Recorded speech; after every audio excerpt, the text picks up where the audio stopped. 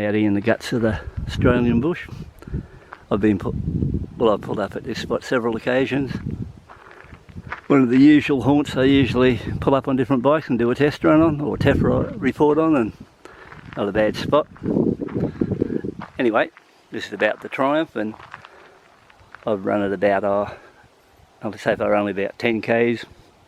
It's pretty cold out here today, so it's not a really good test ride day, but I would have rode further, only it's pretty cold, so it's only a short burst on this particular bike.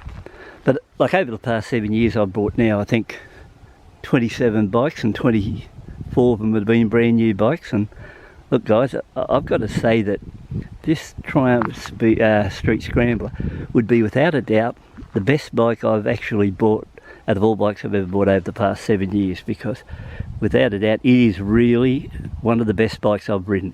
Like, no doubt if you got on the 2019 model, which is a 65 horsepower bike compared to this one at 55, most likely it'd be even better. But this is an extremely well behaved bike, and I really can't fault it at this stage, even though I've only been on the bike 15 minutes. It does everything well.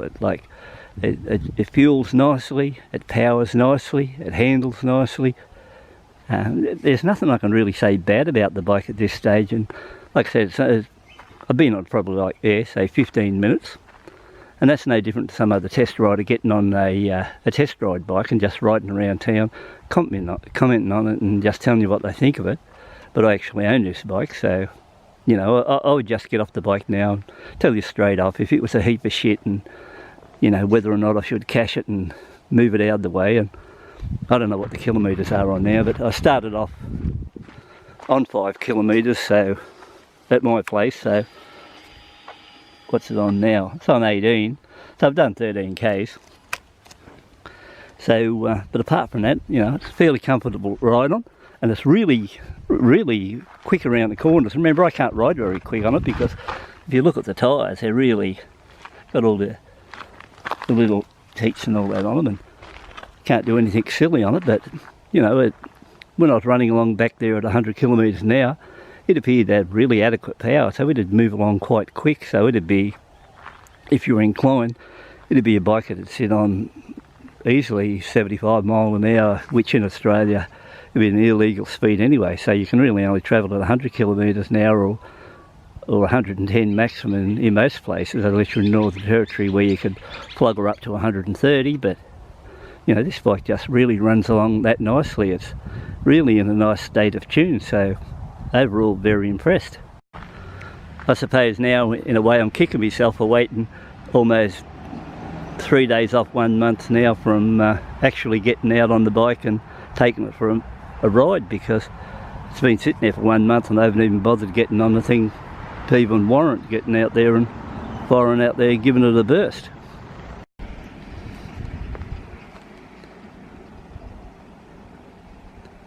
It's a pretty little, yeah, overall it's a pretty busy little side track, this one. But yeah, so overall going along that dirt road for a new bike, new tyres and everything else, it was pretty quick through all those bends. And like the only bike I can compare this to running along, going back in the last few months, would be the Royal Enfield 650 Interceptor.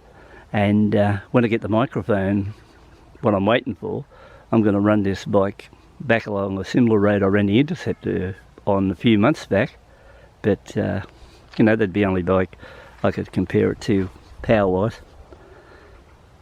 You know, around the same horsepower, but you know, overall the fit and finish on this bike is really nice. But you know, comparing it to the Interceptor's a lot cheaper than this bike, so I suppose you can't compare it that way, but horsepower-wise you can go close to comparing.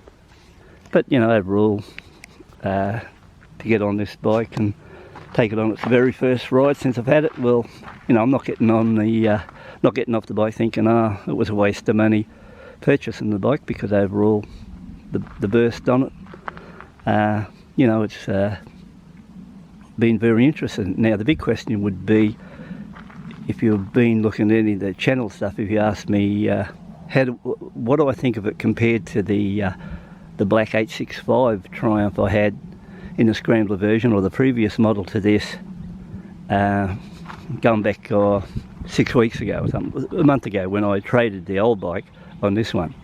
The old bike, I think, compared to this one, really was a bit of a dog. That's the best way to look at it. I only rode it a few kilometres, and this bike, I've got no complaints about the handling. The other one, I did not like how that bike braked, and I didn't like how it went through that first bend, and that was my decision to move that bike out. This bike, I've had no problems going through the corners. It runs through the corners nicely, and it brakes well through the corners. And even though the other bike only had 6,000 k's on it, I'd made up my mind after that short ride. I did not like the way the bike handled or braked, and the only plus on the other side of the bike was it was a really good sounding bike. But pity you couldn't hear this one, but I don't think I'd waste my money on $1,500 to put an exhaust system on this one, where the exhaust sounded pretty good back there when it come down to a stop sign back, or give way sign back there, and had to give way. And the exhaust didn't sound too bad at all, so I see no reason why to go and spend any extra money on this bike when it doesn't look too bad as it is. So, you know, if I want to, we'll go from there. But I think the big question will be later on, how's it perform against that Duke 390, which I have ridden the Duke a couple of times around town and had microphone failure on my camera. The Duke was a lot firmer riding this one. This is a lot more comfortable bike to ride. And the Duke has got sort of, appears to have more outright get up and go performance, but then again I have hit the accelerator or the throttle a few times harder on the Duke compared to this one. I've been a bit easier on, because naturally I pay twice as much for this bike compared to the Duke, and I've shown this bike since I've been on it a bit more respect to the Duke, because naturally it cost me more money.